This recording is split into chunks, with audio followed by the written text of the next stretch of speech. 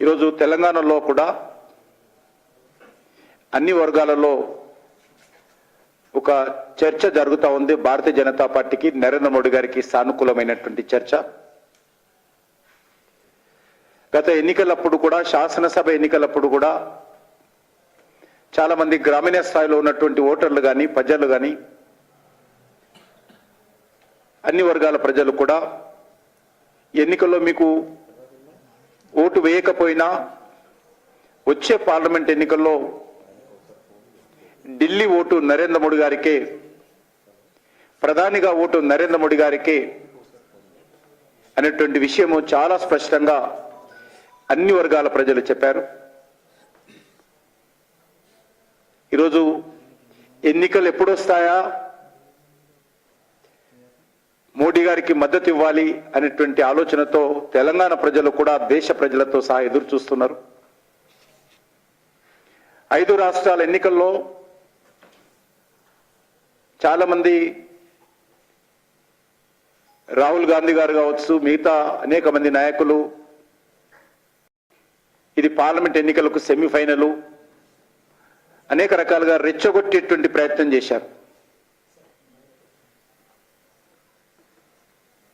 కానీ ఈరోజు మేము వాళ్ళు సెమీఫైనల్ అన్నప్పటికీ మేము ఏమనకపోయినా కూడా ప్రజలు యూపీఏ భాగస్వామ్య పక్షాలు చేసినటువంటి సవాలును ప్రజలు స్వీకరించారు. ప్రజలు స్వీకరించి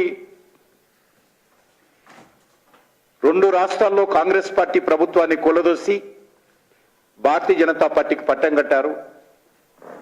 భారతీయ జనతా పార్టీ అధికారంలో ఉన్నటువంటి మధ్యప్రదేశ్లో నవ్వుతోన్న భవిష్యత్ అనే విధంగా మెజార్టీ, అత్యధికమైనటువంటి మెజార్టీ రికార్డు స్థాయిలో మధ్యప్రదేశ్లో బీజేపీకి ఇవ్వడం జరిగింది. ఆ రకంగా పార్లమెంటు సెమీఫైనల్ అన్నటువంటి కాంగ్రెస్ వారి మిత్రపక్షాలు చేసిన సవాలును ప్రజలు స్వీకరించి ఈరోజు తమ స్పందన వ్యక్తం చేయడం జరిగింది.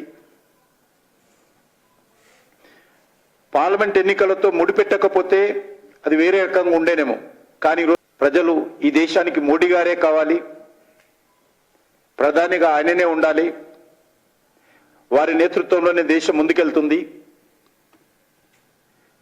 మోడీ గారి నేతృత్వంలోనే దేశం అభివృద్ధి చెందుతుంది, అవినీతి రహితమైనటువంటి పరిపాలన, కుటుంబ సభ్యుల జోక్యం లేనటువంటి పరిపాలన, ఒక ప్రజా పరిపాలన దేశంలో రాబోతుందనే విషయాన్ని ఈ సందర్భంగా మనవి చేస్తా ఉన్నాను.